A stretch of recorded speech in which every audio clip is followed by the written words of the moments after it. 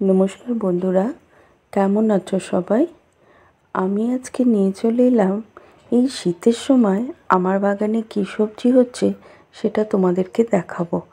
আমি সম্পূর্ণ জৈবভাবে যেটুকু সবজি চাষ করেছি সেটাই তোমাদেরকে দেখাবো।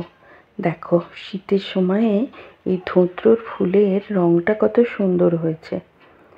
দেখো বন্ধুরা, এটা যেটা দেখাচ্ছি যে লঙ্কা তো সবার বাগানে সারা বছর থাকে।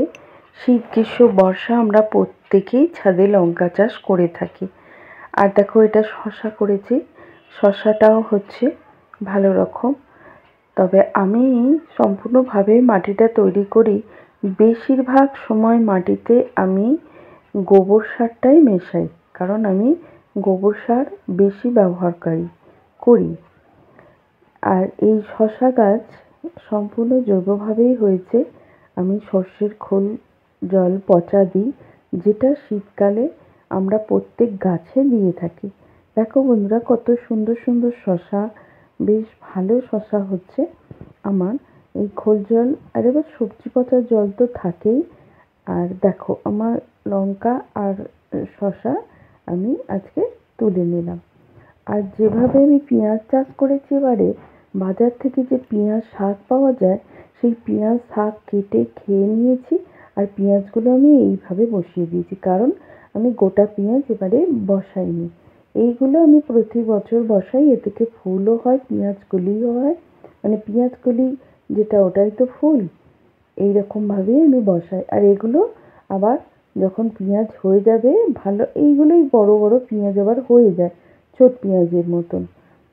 তো এরকমভাবেই আমি পেঁয়াজ শাক কেটে খেয়ে নিয়ে বসাই। আর দেখো, আলু শাক খাবো বলে আমি আলু চাষ করেছি। এটা বস্তার মধ্যে করেছি এবং বেশ খাওয়ার যোগ্য হয়েও গেছে। বারবার কেটে নেবো আমি, এখনও এবারে কেটে নেওয়া হয়নি। দেখো, অনেকটাই খাবার মতন হয়ে গেছে। এবার তাড়াতাড়ি কেটে নেব। তবে আমার মাটিটা ওই রকমভাবেই করা আছে, যেটা আমি জৈবভাবে বললাম। আর এটা দেখো, শিম গাছ, কিছু শিম খেয়ে নেওয়া হচ্ছে, তারপরেও গাছে আছে শিম। তবে আমি এতে ভাতের যে ফ্যান বা অনেকে মাড় বলে থাকো, সেটা কিন্তু আমি এই গাছে দিই। শিম গাছে দিই আর লাউ গাছে দিই, এই দুটো গাছে আমি দিই। আর ডিমের খোসা, আমি সবজির যে গাছ করি, ডিমের খোসা আমার সবজির সমস্ত মাটিতে আমি এটা দিয়ে থাকি, ডিমের খোসা। দেখো, এগুলো লাউ গাছ। লাউ গাছ তো অবশ্যই দিতে হয় ভাতের ফ্যান, একদিন রেখে বাসিটা দিই। দেখো, লাউ ধরেও গেছে। আর 2-3 দিন বাদে এটা কেটে নেবো, আর একটু বড় হবে। এটা একদম কচি এখন আছে। তোমরাও এইভাবে করতে পারো, সহজেই লাউ গাছ হয়। আর এটা ছোলা গাছ, বাড়িতেই আমি ছোলা ভিজিয়ে ছোলার শাক খাওয়া হবে বলে এটা আমি বপন করেছি। দেখো, এটাও কিন্তু কেটে খেয়ে নেওয়ার মতন হয়েছে। দেখো, তো এইভাবে খুব সহজেই শীতকালে এগুলো করা যায়, আমরা করে থাকি। তারপর ধনে পাতা তো আছেই, ধনে বীজ ছড়ানো। এটা দ্বিতীয় টাইম ছড়িয়েছি, তৃতীয় টাইম বলতে পারো। 2 টাইম আমার নেওয়া হয়ে গেছে, আরও অন্যদিকে আছে। আর ওই পেঁয়াজ গাছগুলো বসিয়েছিলাম, তার এখন এই অবস্থা। এটা মেথিটা অসংখ্য বেরিয়েছে। দেখো, মেথিটাও খুব সহজে করা যায়। দোকানের থেকে মেথি দানা নিয়ে এসে, এমনি যে মুদির দোকান থেকে পাওয়া যায়, সেই দোকান থেকে নিয়ে এসেও তোমরা সহজেই করতে পারো। 1 রাত ভিজিয়ে রেখে দেবে, তারপর ওই জৈব মাটিতে ছড়িয়ে দিলেই তোমাদের অসংখ্য মেথি দানা বার হয়ে যাবে। আর এটা দেখো, এমনি দুটো ফুলকপি করেছি, এটা ওলকপি। এবং এখানে কিছু ধনে গাছ আগের ছিল, কিছু কেটে নেওয়া হয়েছে, আর কিছু আছে। আর এগুলো বিনস করাই, যেটা হয় বিনস, সেটা হয়েছে। এখানেও কিছু আছে। আর পালং শাক অর্ধেক ইঁদুরে খেয়ে কেটে নিয়ে চলে যাচ্ছে। আমি 2 টাইম আগে করা হয়ে গেছে। এটা 3 টাইম দানা দিয়েছিলাম, তো ইঁদুরের জন্য এটা অনেকটু প্রবলেম হচ্ছে। আর এটা রাঙা আলু, যেটা রাঙা আলুটা করেছি, প্রচুর শাখা অন্যদিকে ছুটছে। তো যদি এটাকে মাটির মধ্যে এগুলোকে আরও শাখাগুলো বসিয়ে দেওয়া হতো, ভালো হতো। আর এটা দেখো ফ্রিতে একদম প্রতি বছর হয়, যেটা বেতো শাক আমরা বলি। প্রতি টবে ভর্তি হয়ে আছে, তবে মাটি উস্কে দিলে কিছু গাছ নষ্ট হয়ে যাচ্ছে, তো এগুলো রেখেছি। আর অর্ধেক তো মাটি উস্কে দিতে হয়।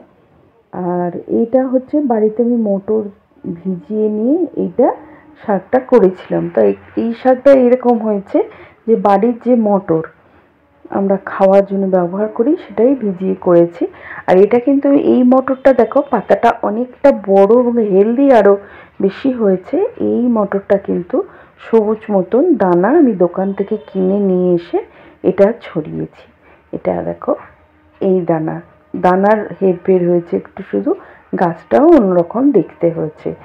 তারপর আমি ফার্স্ট টাইম করেছি আদা চাষ, বেশ ভালো রকম তলায় আদা হয়েছে, দেখাও যাচ্ছে। এটা দেখো আমি এখনো তুলবো না, গাছ এখনো রেডি হয়নি পুরো আদাটা।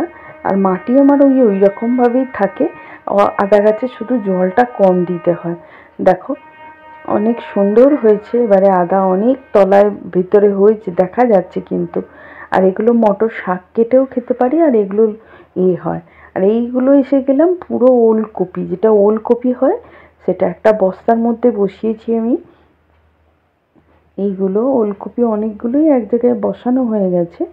তো এইরকমভাবে ওলকপি আমি আগের বছরও করেছিলাম, এবছরও করলাম। আর এইটা হচ্ছে টমেটো, টমেটো তো করতেই হয় আমাদেরকে। দেখো এটা ফুল টুল এসে গেছে আমার, এই যে ছোট্ট ছোট্ট টমেটো ধরতে শুরু করে দিচ্ছে এবার। এটা হচ্ছে টমেটো। এই এতগুলো চাষ আমি এবারে করেছি। ওলকপিগুলো এইরকম অল্প অল্প করে, আলু শাকটাও এইবার কেটে নেবো আলুর এতে। দেখো বন্ধুরা তোমরাও এইভাবে খুব সহজে বাড়িতে, দেখো বেতো শাকটা এমনি পড়ে পড়ে হয়, আমরা তো বেতো বলি, জানি না তোমরা কি বলো। তো এগুলো পড়ে পড়ে এমনি হয়। বেগুনটা আমার দেরি হয়ে গেছিলো বসাতে, তো এখন এইরকম অবস্থা। একবার হনুমান এসে অত্যাচার করে নিয়ে গেছে। বন্ধুরা আজ তাহলে আসি, দেখা হচ্ছে পরের কোনো ভিডিও। তাহলে বন্ধুরা তোমরা যারা আমার পাশে ছিলে তোমাদের অনেক অনেক ধন্যবাদ। আর তোমরাও কি কি সবজি করলে সেটাও আজকে আমাকে কমেন্টে বন্ধুরা জানিয়ে দিও। আর আমি তোমাদের পরের ভিডিও নিয়ে আসছি। নমস্কার বন্ধুরা।